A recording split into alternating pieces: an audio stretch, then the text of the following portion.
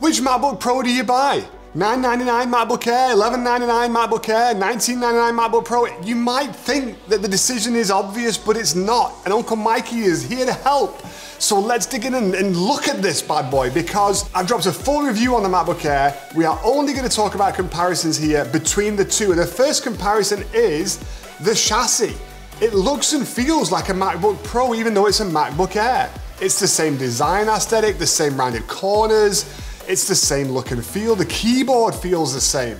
I don't know if it's exactly the same, but it looks and feels basically the same, except it doesn't have the black tray for the keys. The color of the chassis goes around the keys like the little clicklet or eyelet type keyboard of old, but it's thinner. And I gotta tell you, I like the thinness. I have a MacBook Pro 14 and I have an M2 Air, and I like the Air more. It feels lighter in my hands, and I'm getting weaker in my old age. These biceps aren't what they used to be. I don't want to lug around a heavy laptop, I want to lug around a light one. And that makes me want to pick up the M2 Air.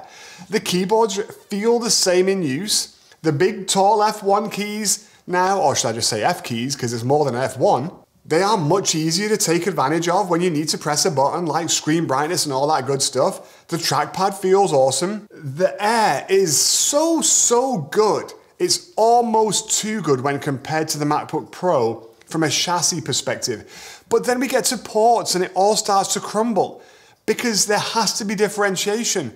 And so things are left out. There's no HDMI. And I like HDMI. Anybody in business, anybody who works on a computer on a regular basis and docks to an external monitor or a big screen in a conference room and those kind of things, I hear you.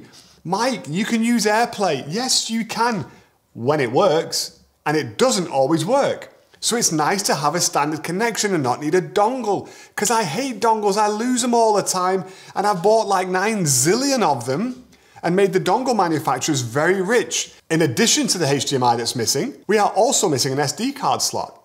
So if you like to take pictures and then upload them to your camera, no, you're gonna need a dongle because it's not there. You do get 2 USB-C Thunderbolt 4 ports, but of course, the MacBook gets 3. You get MagSafe on both. We like MagSafe. We're glad it's back across the range. We didn't like charging with a USB-C. So on the MacBook Air now, you've got MagSafe, and essentially you gained a USB-C, whereas before that was the charging one. Now it's not. But you still got more ports on the MacBook Pro. Interestingly, you've got a headphone jack on the MacBook Air. You do have a MacBook. No. You do have a headphone jack on both devices. Whether it's intentional or not, it's intentional. Only one monitor output on the MacBook Air. It can handle like a zillion streams of 4K in Final Cut, maybe even a couple streams of 8K, but you want to put 2 monitors on that bad boy? No siree, you gotta go buy the $2,000 laptop. And I think that's a bit of a cop-out because it's clearly capable of doing it. And a lot of people do need to run 2 screens. I don't think discounting those folks from a fairly priced laptop is the right move. I think it's a little sneaky. $2,000 is too much for somebody who needs a lightweight device. In addition to the thickness that is obviously different, the feel in your hand is bigger than the paper tells you. I don't know what it is, but the MacBook Air feels a lot thinner than the MacBook Pro, even though it really isn't that much thinner. It also feels substantially lighter, even though it's not that much lighter. The screen is smaller at 13.6 inches versus 14.2, but it doesn't feel that much smaller, although it is. So what we basically got then is a mini-me that's almost but not quite. It's almost a MacBook Pro 14 screen size, but not quite. Almost the same number of ports, but not quite. Almost as powerful, that's a different story. And we're gonna talk about processors in a minute, but before we do, let's go back to the screens. The MacBook Pro is clearly the nicer screen, and in person, it is a little bit nicer still. It was hard to capture this and really get it solid for you through my camera lens to your screen, whatever it is that you're watching on. Please don't be watching it on a 5-year-old Google Nexus phone with a low-res 720p screen, because it really won't look very good. And there's nothing I can do about it. The difference is not that great. Better, yes.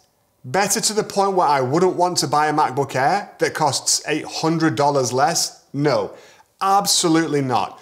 The MacBook Air M2 has a fantastic screen, and it is setting the bar right now for non-OLED in the low to mid-teens. Surface Laptop full screen is not comparable. Surface Laptop Studio is a beautiful screen, but officially starts at $1599 and then creeps up from there. So unless you get it on sale, not really quite the same comparison. One of the other things that's really interesting is, check this out on the MacBook Pro.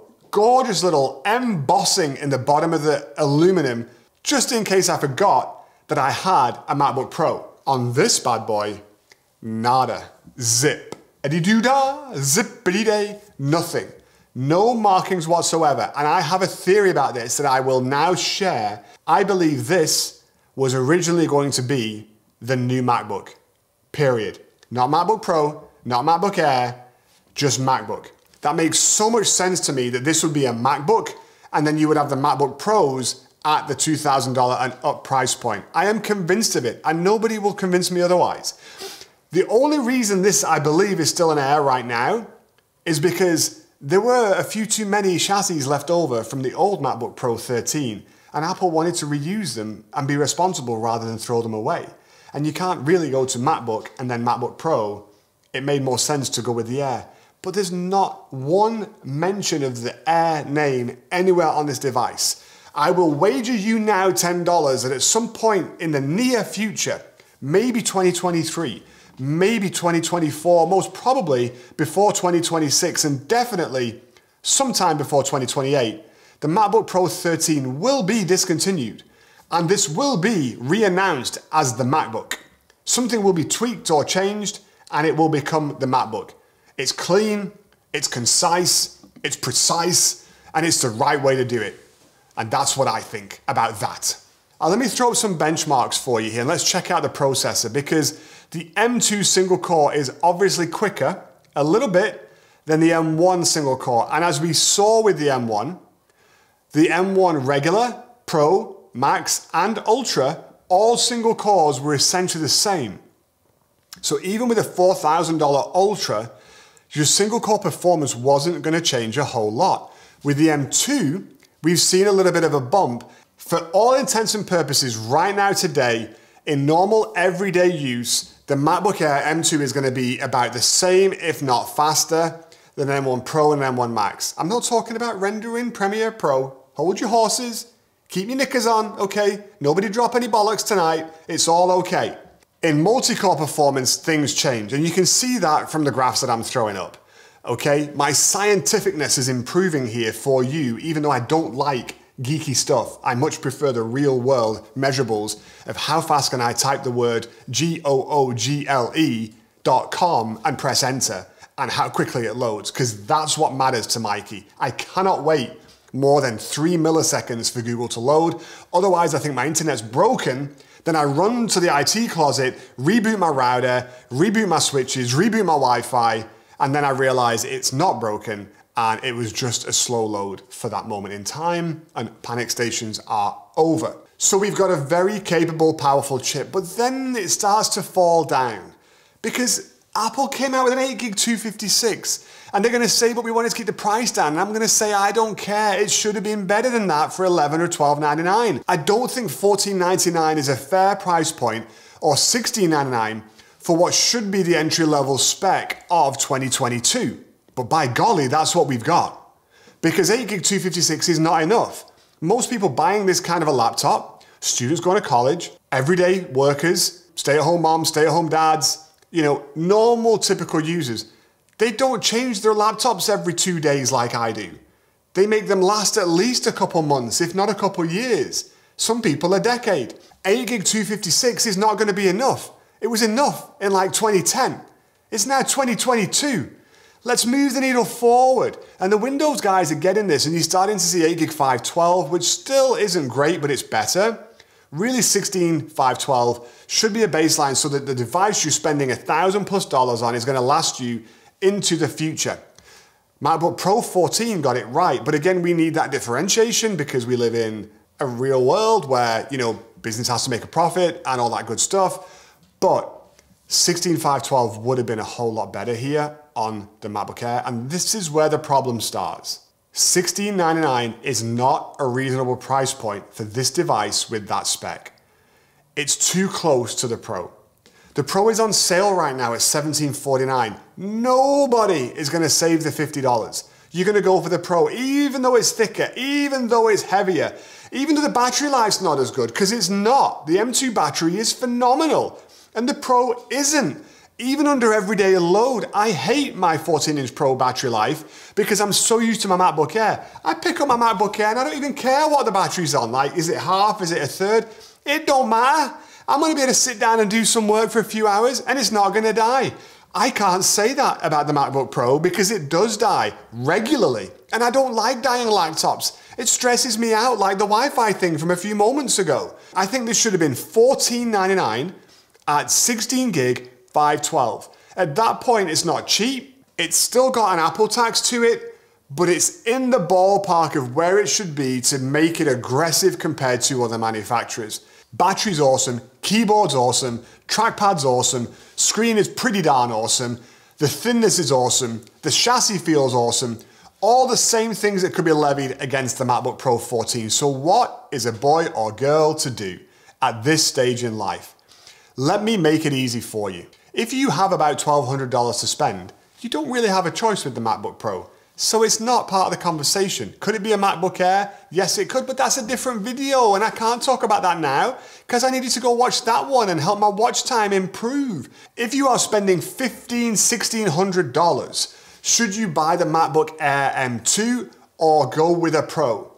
Honestly, I think at $1,500, $1,600, I would suggest spend the extra money and go with the Pro. The screen is a little bit bigger, it is a little bit better, it is a little bit brighter to my eyes at least. I don't care what the paper says. It is a little bit more powerful with a Pro chip. It is a little bit better equipped with ports. It will use a little bit more battery life, but overall, it is the superior device. And when the M2 comes out as a Pro and a Max, that gap is going to be even larger. And then finally, let's just talk about colors. Again, I talk about this in my full review. We have the blue color in the studio right now. This is blue, this is space gray. Obviously my lighting is affecting things a little bit. Do not buy the blue. Trust Uncle Mikey when I tell you this. It is going to be a problem. I am throwing up right now graphics for you to look at.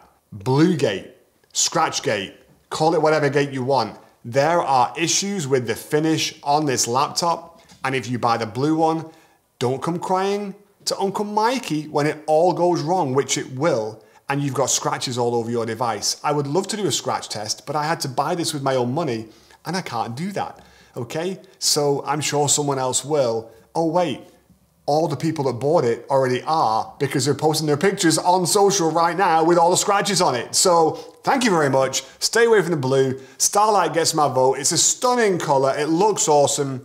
And that's the one I would be buying if I was going for the M2 MacBook Air in any color other than space gray and silver, which have been around for a little bit too long.